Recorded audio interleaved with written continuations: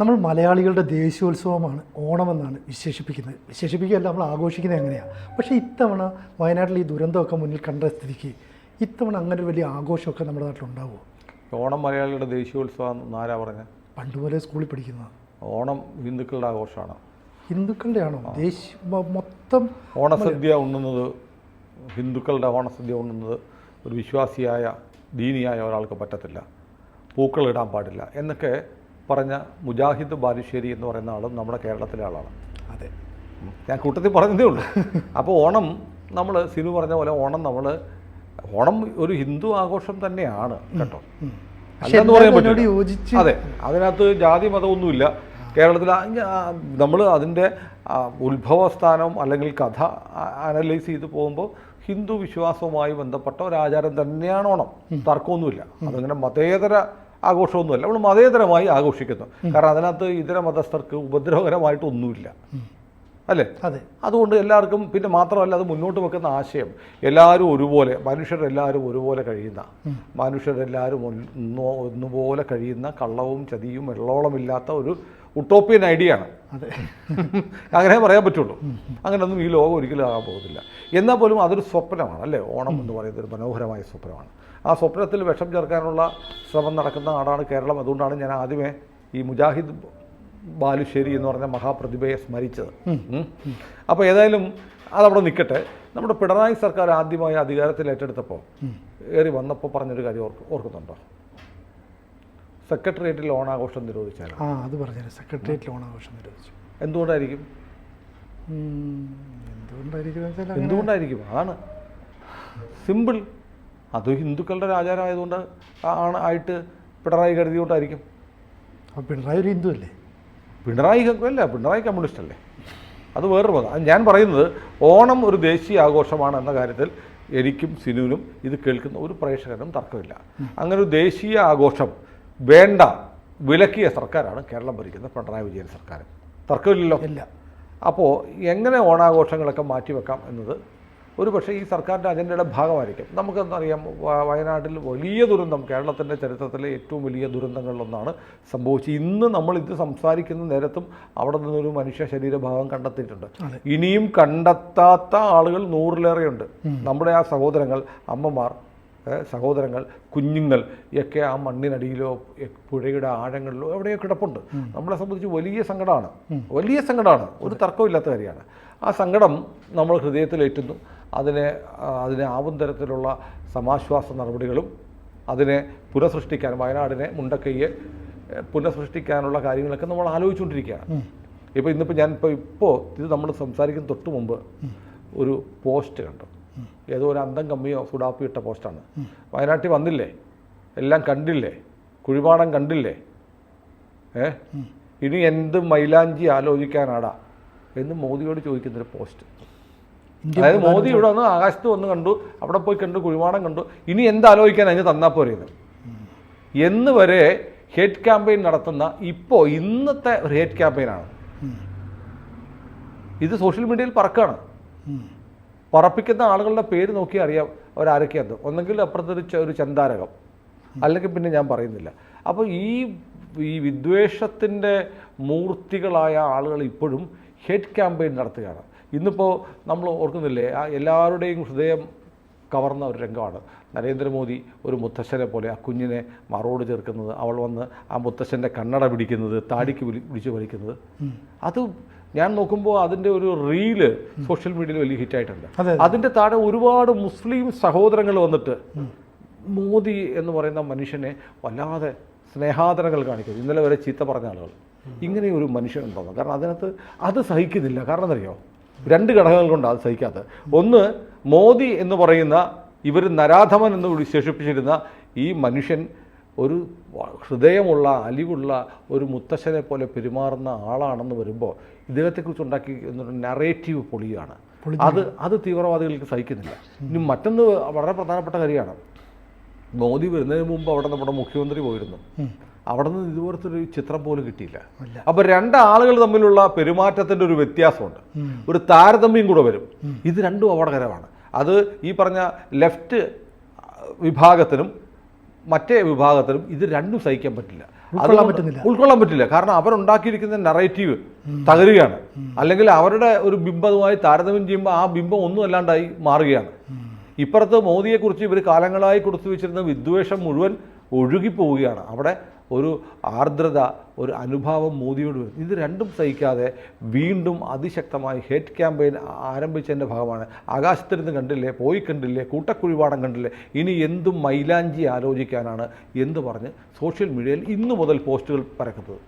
ഒന്ന് ആലോചിച്ച് നോക്കൂ നമ്മുടെ മലയാളിയുടെ ഒരു മനസ്സെ. അപ്പം ഒരു പ്രധാനമന്ത്രി വന്ന് വിലയിരുത്തിയാൽ പിന്നീട് അത് ഉടനെ പൈസ എടുത്തു തരാൻ പറ്റുമോ? പ്രധാനമന്ത്രി അലമാരി തുറന്ന് ഉടനെ പൈസ എടുത്ത് കേരളത്തിൽ തരികയല്ല. ഇവിടുന്ന് പ്രൊജക്ട് റിപ്പോർട്ട് അതിനൊക്കെ ഒരു പ്രോട്ടോക്കോളും നടപടിക്രമങ്ങളും ഒക്കെ ഉണ്ട്. സർക്കാർ കാര്യങ്ങളില്ലേ, അത് സർക്കാർ കാര്യങ്ങൾ മുറ പോലെ തന്നെ നടക്കണം. ഇപ്പം ചെയ്യാമെന്നുള്ള അതിവേഗത്തിൽ നടത്തുക എന്നുള്ളതാണ്. അത് ചെയ്യും.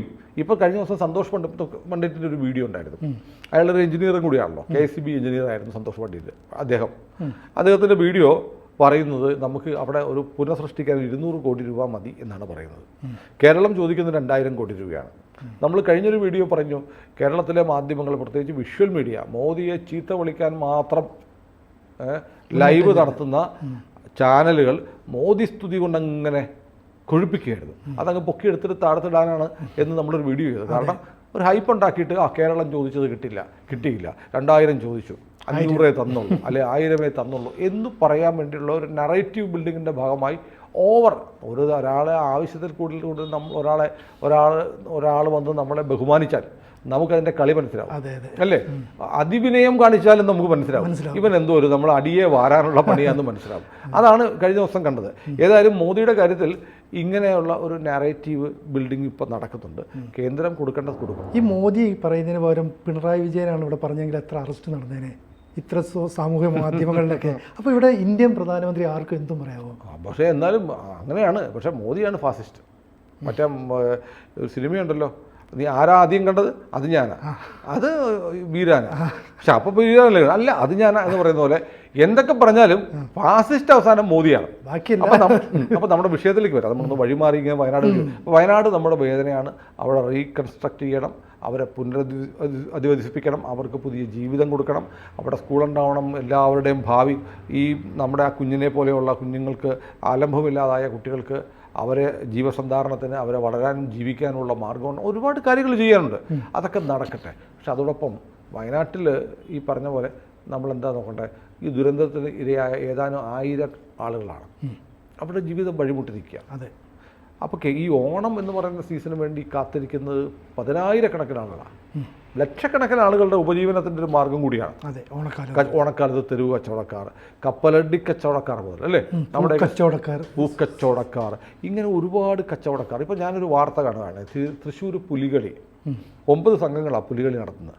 അവർ പറയാണ്, അവരിപ്പോൾ കളക്ടർക്ക് നിവേദനം കൊടുത്തു, പുലികളി മാറ്റിവെക്കല്ലേ, ഞങ്ങൾ ഇതിനു വേണ്ടി ഡ്രസ്സ്, അതിനുള്ള സാധനം എല്ലാം ബുക്ക് ചെയ്ത് പൈസ കൊടുത്തു കഴിഞ്ഞു. ഇനി അത് ക്യാൻസൽ ചെയ്താൽ ഞങ്ങൾക്ക് വലിയ നഷ്ടം ഉണ്ടാവും. ഇതാണ് വർഷത്തിലൊരിക്കൽ ഞങ്ങളുടെ ഒരു ആഘോഷം. അപ്പോൾ നമുക്ക് ഈ ആഘോഷങ്ങളിൽ കേരളത്തിലെ എല്ലാ സ്ഥലങ്ങളിലും, എല്ലാ ജില്ലകളിലും, എല്ലാ പ്രധാനപ്പെട്ട പട്ടണങ്ങളിലും ഓണം ഫെയറുകൾ നടക്കാറുണ്ട്. അതെ.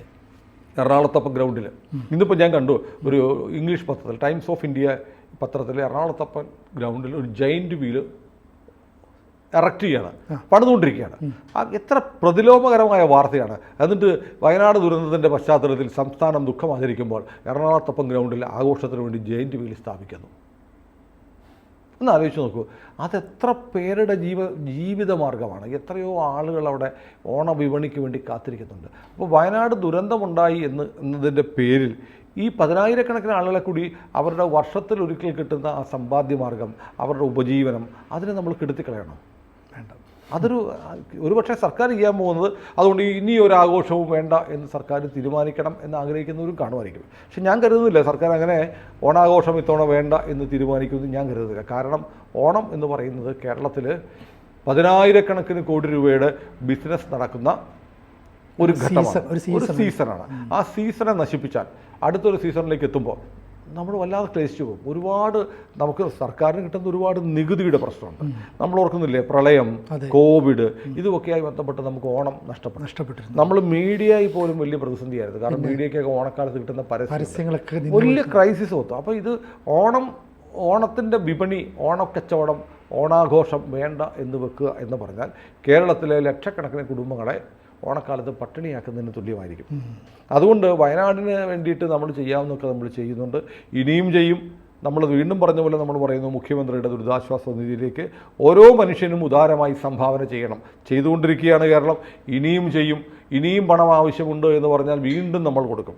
പക്ഷേ അതിൻ്റെ പേരിൽ ഇക്കുറി ഓണാഘോഷം മാറ്റിവെക്കുക എന്ന് പറഞ്ഞാൽ കേരളത്തിലെ ലക്ഷക്കണക്കിന് വരുന്ന ആളുകളെ വഴിയാധാരമാക്കുകയും അവരെ കൂടി നിരാശയുടെ കയത്തിലേക്ക് തള്ളിവിടുന്ന ഒരു പരിപാടിയായി മാറും. അതുകൊണ്ട് കേരള സർക്കാർ അങ്ങനെ ഒരു തീരുമാനമെടുക്കരുത് എന്നാണ് കേരളത്തിലെ പരശതം വരുന്ന ഓണവിപണിയെ ആശ്രയിച്ച് കഴിയുന്ന ചെറുതും വലുതുമായ കച്ചവടക്കാരുടെ, അതിൽ കപ്പലണ്ടി കച്ചവടക്കാർ മുതൽ വഴിയോരത്തെ പൂക്കച്ചവടക്കാർ വരെയുണ്ട്, അവർക്ക് വേണ്ടി നമുക്ക് ഗവൺമെൻറ്റിനോട് അഭ്യർത്ഥിക്കാനുള്ളത്, ദുരന്തം വലിയ ദുരന്തമാണ്, അതിൻ്റെ മുറിവ് നമ്മുടെ മനസ്സിൽ ഉടനെ ഒന്നും ഉണങ്ങില്ല. പക്ഷേ അതിൻ്റെ പേരിൽ ഒരു വലിയ വിഭാഗം ആളുകളെ, 10,000-കണക്കിന് ആളുകളെ വഴിയാധാരമാക്കുന്ന, പട്ടിണിയാക്കുന്ന, അവരുടെ അടുത്ത ഒരു വർഷത്തേക്കുള്ള സ്വപ്നങ്ങളെ തകർക്കുന്ന ഒരു നിലപാടും കൂടി എടുത്താൽ കേരളം സമ്പൂർണ്ണമായി കാസർഗോഡ് മുതൽ അങ്ങ് പാറശാല വരെ ഒരു കണ്ണീർ കടലിലേക്ക് വീടുന്ന അവസ്ഥയുണ്ടാകും. അതുകൊണ്ട് ഓണവിപണിയും ഓണാഘോഷവും അതിൻ്റെ വഴിയെ പോകട്ടെ. നമുക്ക് നമ്മുടെ ഒരു വിഹിതം വയനാടിൻ്റെ പുനഃസൃഷ്ടിക്ക് വേണ്ടി മാറ്റിവെക്കാം എന്നതായിരിക്കും ഏറ്റവും കരണീയമായ തീരുമാനം. കൂടുതൽ വാർത്തകളും വിശേഷങ്ങളും നിങ്ങളിലേക്ക് എത്താൻ ABC മലയാളം സബ്സ്ക്രൈബ് ചെയ്യുക, ബെൽ ബട്ടണും അമർത്തുക.